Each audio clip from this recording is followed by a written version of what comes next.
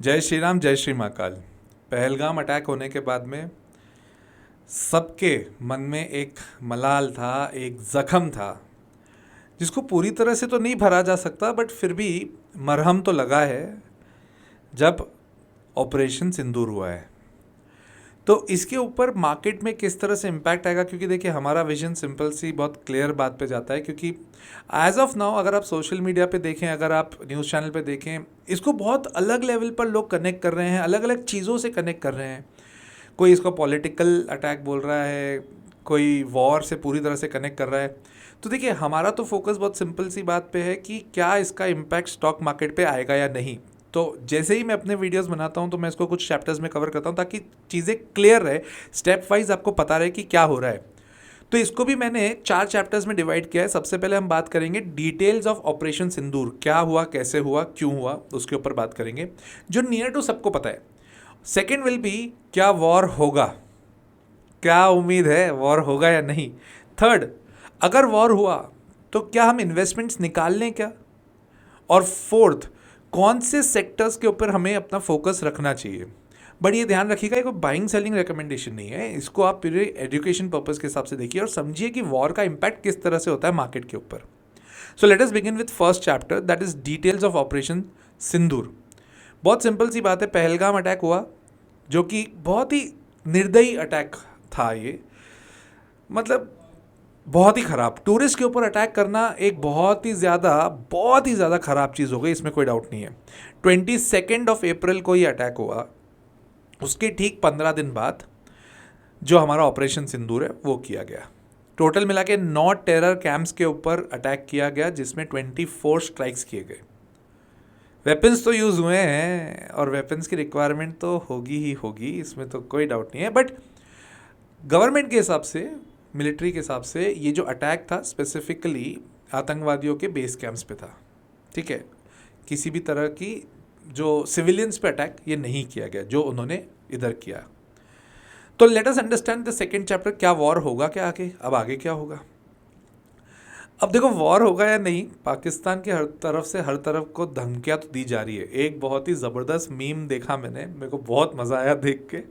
वो बोलता है, after this attack Sindoor, operation Sindoor, Pakistan has warned each and every nation of the world that whosoever supports India, we will not repay their loans. मतलब क्या creativity है भाई साहब, जबरदस्त क्रिएटिविटी, मुझे तो बहुत मजा आया देख के। बट क्या, on a serious note, let us understand कि क्या वॉर होगा क्या। देखो दो ही आउटकम हो सकते हैं, या होगा या नहीं होगा, है ना। हम पहले बात करते हैं, मेरे हिसाब से तो नहीं होगा। कारण, वॉर सिर्फ इस बेसिस पे नहीं लड़ा जा सकता कि हमारे पास में हम तो बॉम्ब गिरा देंगे तुम पे। अरे बॉम्ब गिराने के लिए भी पैसे लगते हैं। वॉर एक्चुअली जब तक इकोनॉमिकली आप स्ट्रांग नहीं हो, आप वॉर नहीं कर सकते। बहुत हालत गंभीर हो जाएगी, कुछ बचेगा ही नहीं कंट्री में। और एट दी एंड आपको अगर वॉर करना है ना, तो सबसे पहले रीढ़ की हड्डी तोड़नी पड़ती है। और हर कंट्री की रीढ़ की हड्डी होती है उनका बिजनेस, उनकी इकोनॉमी।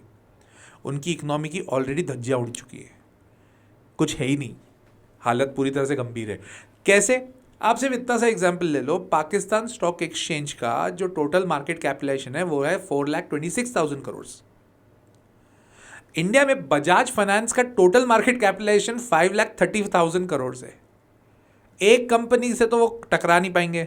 वॉर करने की हम बात करें तो पॉसिबल ही नहीं है। हाँ, अब तुम्हारे दिमाग में क्वेश्चन आना चाहिए कि सर पाकिस्तान को चाइना सपोर्ट करेगा। अब देखो इसके भी चांसेस मेरे को कंपैरेटिवली कम दिखते हैं। I tell you the reason behind that also. Reason is, China has already done a war against US, tariff war, business war, again business war, economy war. In that situation also China is suffering because at the end US और China एक दूसरे के ऊपर क्या लगाए जा रहे हैं, टैरिफ पे टैरिफ। तो ये वॉर सक्सेस होगा कि नहीं होगा, बहुत खतरनाक बात बोल रहा हूँ मैं ये चीज़ कि यूएस चाइना जब तक इन्वॉल्व नहीं होते तब तक तो सोच भी नहीं सकते हम लोग। इंडिया पाकिस्तान कोई वॉर है क्या, मतलब अगर तुम वर्ल्ड इकोनॉमी को अगर आप देखने जाओगे, इकोनॉमी वाइज हम किस से लड़ेंगे, कुछ है। चाइना अगर सपोर्ट कर गया तो इंडिया को सपोर्ट है यूएस से, रशिया से, और यूएस रशिया एक दूसरे से ऑलरेडी लड़े हुए। इनफैक्ट सऊदी अरब भी अपने फेवर में है, अफगानिस्तान अपने फेवर में है। हर कंट्री अपने फेवर में है, बिकॉज एवरीवन अंडरस्टैंड्स कि टूरिस्ट के ऊपर अटैक करना ये सबसे खराब चीज़ है, इसमें कहीं पे किसी को कोई डाउट नहीं है। तो चाइना सपोर्ट करेगा क्या? मेरे को तो उम्मीद देखो कम लग रही है। एक और रीजन है उसके पीछे, अगर चाइना सपोर्ट करता है तो इंडिया ने अगर बोल दिया कि भाई साहब हम भी अब चाइना के प्रोडक्ट्स का बहिष्कार करेंगे, हम चाइनीज प्रोडक्ट्स नहीं यूज करेंगे, चाइना माल कहाँ बेचेगा? यूएस से लड़ चुका है। इंडिया ने अगर मना कर दिया, 150 करोड़ की जनता है हमारी, इतनी बड़ी पॉपुलेशन है, चाइनीज प्रोडक्ट पे हम भी डिपेंडेंट है, इसमें भी कोई डाउट नहीं रखना, हम भी डिपेंडेंट है चाइनीज प्रोडक्ट पे। बट हम जब इंडियंस एक जगह अगर इकट्ठा हो जाए और बोले कि हमको नहीं यूज करना है चाइनीज प्रोडक्ट, तो चाइना के प्रोडक्ट लेगा कौन? और जब उनके प्रोडक्ट कोई लेगा ही नहीं, उनका बिजनेस ठप हो जाएगा, और पाकिस्तान को सपोर्ट करके करेंगे क्या? तो ये चीज़ समझ में आनी चाहिए। मेरे हिसाब से तो वॉर की सिचुएशन कुछ नहीं बन रही, मुझे हिसाब से तो नहीं बन रही। बट फिर भी अगर होता है वॉर, जस्ट इन केस अगर होता है, जिसके चांसेस बहुत ज़्यादा कम है, बहुत ज़्यादा कम है, तो फिर क्या होगा? तो फिर हमें ये समझ में आना चाहिए कि जब तक पाकिस्तान की तरफ से दूसरी कंट्रीज से उसको सपोर्ट नहीं मिलता, इंडिया को यूएस और दूसरी कंट्री सपोर्ट नहीं करती, इन दैट सिचुएशन जब तक मल्टीपल कंट्रीज इन्वॉल्व नहीं होंगी, तब तक वॉर की सिचुएशन होना it's a very big question mark. उम्मीद नहीं है। बट जस्ट इन केस हो गया तो हमें कौन सी इन्वेस्टमेंट्स रखनी चाहिए या इन्वेस्टमेंट्स निकाल देनी चाहिए क्या? सो let us understand the third chapter कि क्या हमें इन्वेस्टमेंट्स निकाल देनी चाहिए। देखो बहुत सिंपल सी बात है, इंडिया पाकिस्तान वॉर है तो कोई दिक्कत नहीं है, वॉर में बाय ऑन डिप्स करिएगा, ये वी शेप रिकवरी देगा। वी शेप रिकवरी का मतलब जिस तेजी से गिरेगा उसकी तेजी से बहुत ऊपर से रॉकेट भी बनेगा, अगर इंडिया पाकिस्तान वॉर होता है अलोन ओनली। मेरे को तो उसमें भी डिप आने की उम्मीद नहीं दिख रही है। ठीक है, डिप किसी और कारण से आया तो आया, इस कारण से तो नहीं आएगा। सेकेंडली, अगर इंडिया पाकिस्तान वॉर होता है और दूसरी कंट्रीज इन्वॉल्व हो जाती हैं तो वहां पर सिचुएशन गड़बड़ है, देन एग्जिट।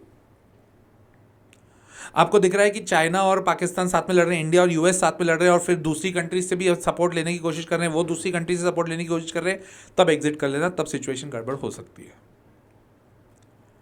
ये ध्यान रखिएगा। बट अगर सपोज सिर्फ इंडिया पाकिस्तान ही लड़ते हैं और हमें चाहिए कि यार हमारे पास पैसे पड़े, हम लोग को और इन्वेस्ट करना चाहिए, हमें कौन से सेक्टर्स में चर्निंग करनी चाहिए। सो let us understand the fourth chapter कि कौन से सेक्टर्स में फिर फोकस करना चाहिए। देखो बहुत सिंपल सी बात है, अगर सपोज वॉर जैसी सिचुएशन बनती है और आपको ऐसा दिखता है कि दूसरी कंट्रीज इन्वॉल्व नहीं है, तो in that situation defence will be a positive sector, कोई डाउट ही नहीं रखना है, उसमें डिफेंस तो रहेगा। Secondly will have pharma, third FMCG and fourth solar. Solar का फ्यूचर ब्राइट है।